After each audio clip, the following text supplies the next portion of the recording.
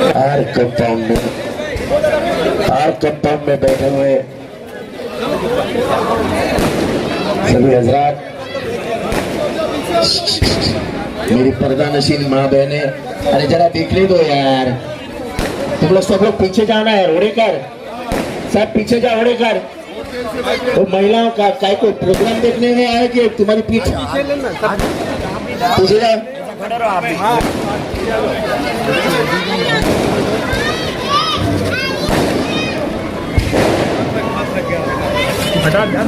इस तारीख को इस देश का एक बड़ा महत्वपूर्ण चुनाव होने वाला है। मैं महत्वपूर्ण इसलिए बोला हूं कि 30 तारीख को समझो भारत का निर्णय होने वाला है।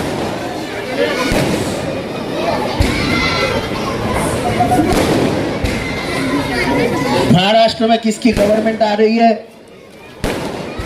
उसकी चिंता पूरे देश को, पूरे विश्व को लगी। आप समझेंगे क्या बोल रहा है, महाराष्ट्र का चुनाव और देश का क्या संबंध। महाराष्ट्र का चुनाव बदलाव की दिशा दिखा देगा। आज हमें लगता है कि हम लोग यानी इंडिया अलायंस के लोग हम गवर्नमेंट बना लेंगे। हमने गवर्नमेंट जिस दिन बनाया साजिद भाई, उसके 60 दिन के अंदर मोदी सरकार गिर जाएगी। इसकी वजह पूछो क्यों?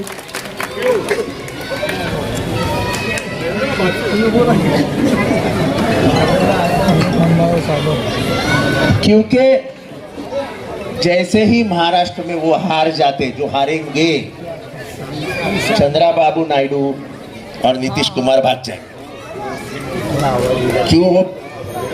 वो ये सोच लेंगे कि देश की हवा बदल रही है, अब इधर रहने में कोई फायदा नहीं है, वैसा ही वो नीचे आ जाए। ऐसा है कि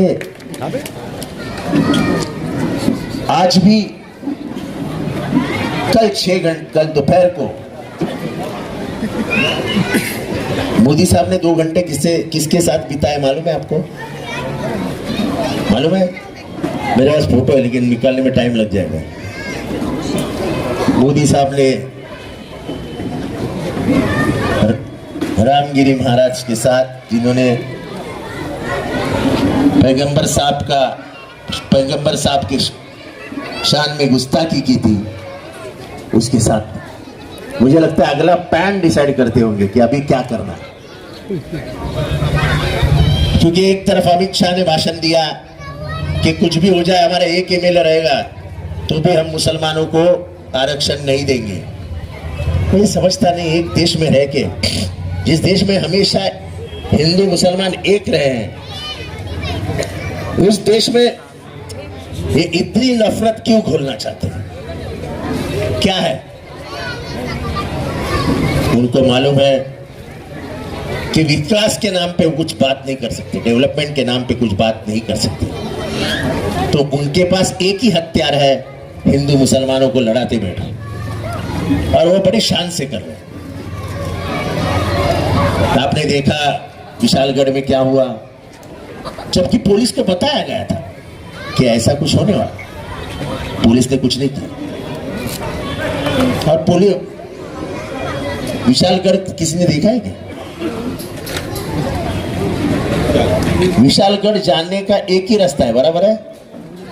अगर पुलिस वो रास्ता बंद कर देती तो विशालगढ़ के ऊपर कोई जा ही नहीं पाता। पर पुलिस को ये आदेश दिया था कि तुम खाली चश्मा डाल के देखते रहो।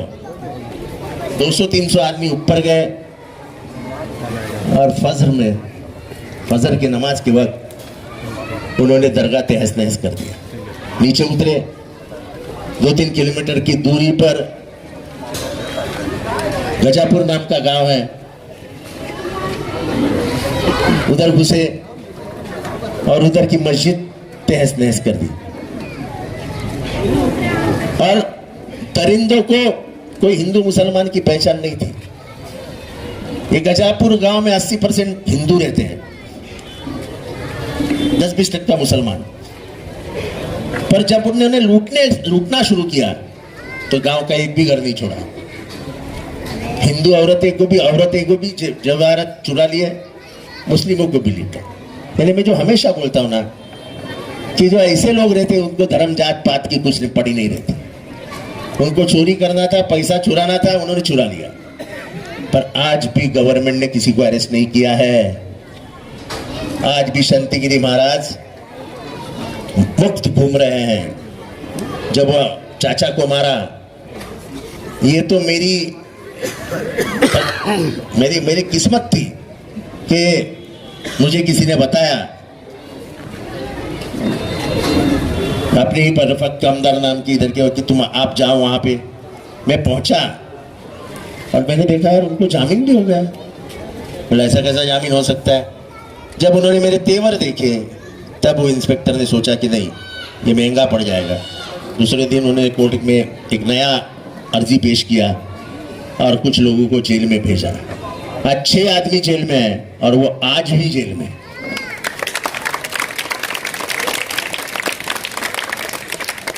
पर महाराष्ट्र में कहीं भी नहीं हुआ था।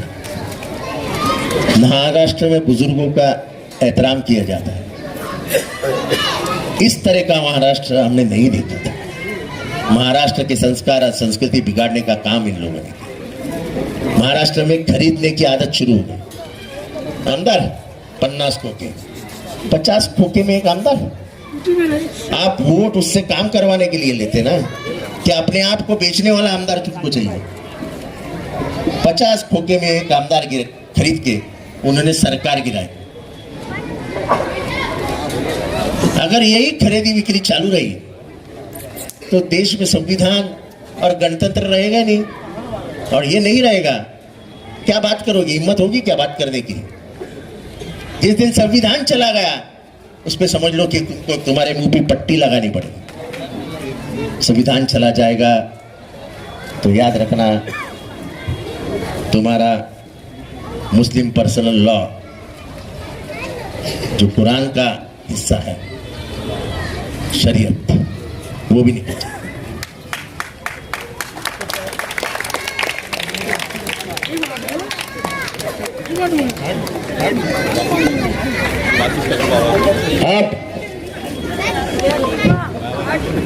हम भी खड़े अब ये पूरे माहौल को बदलने का वक्त आ गया और ये माहौल बदलना चाहिए।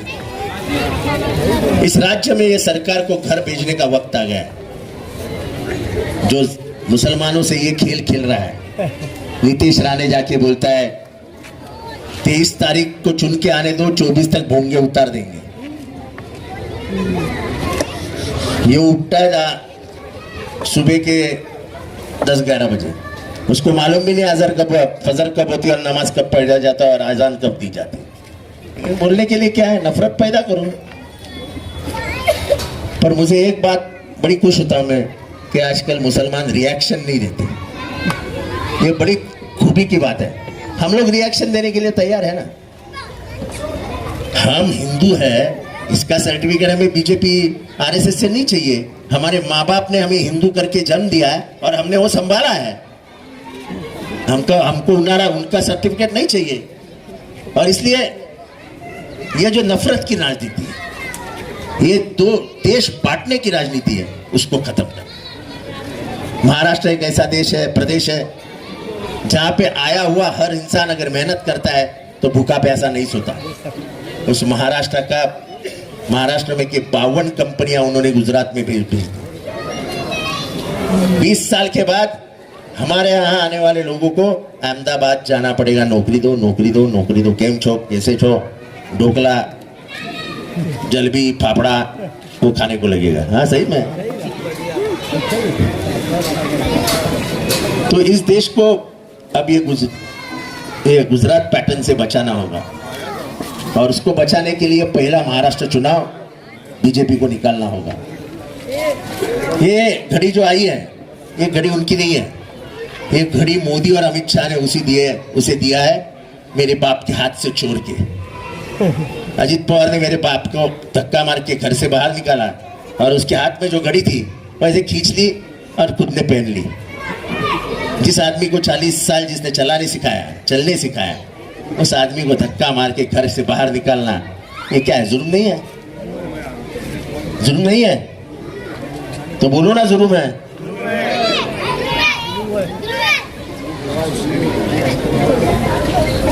किसी बुजुर्ग लोगों को ऐसे इस तरीके से घर के बाहर किया जाता है? अभी वही घड़ी लेके घूम रहा है इधर भी। वो चोरों का सरदार आज आया था इधर,